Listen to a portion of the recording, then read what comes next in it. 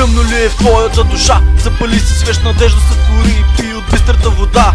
Спийте микрофона, опитай се да го направиш, нима ще ме забравиш.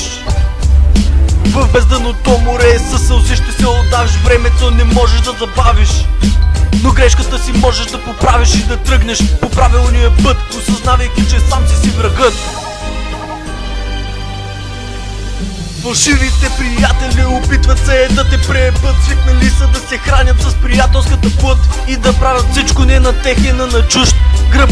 На този бит MC-тата реват, носили стринци предпочитат по стълбата нагоре да вървят, запазвайки стилът на града. Дистата си окапват, но дърветата растат.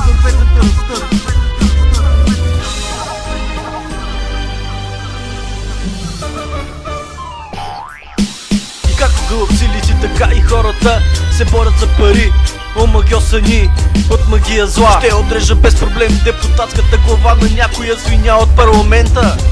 Хей, хора, животът ни тече на лента като крави в обора. Имам си икона и на нея ще се моля всичко да се оправи. Ние не сме крави, благодарности на Бога, че сме здрави и хорави.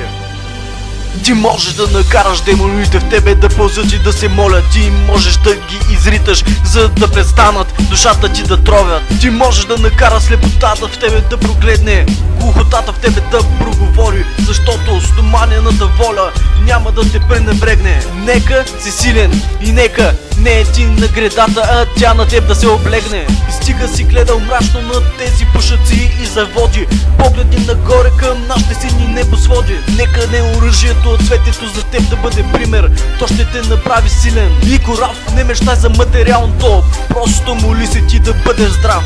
Аз съм здрав, защото го израв, защото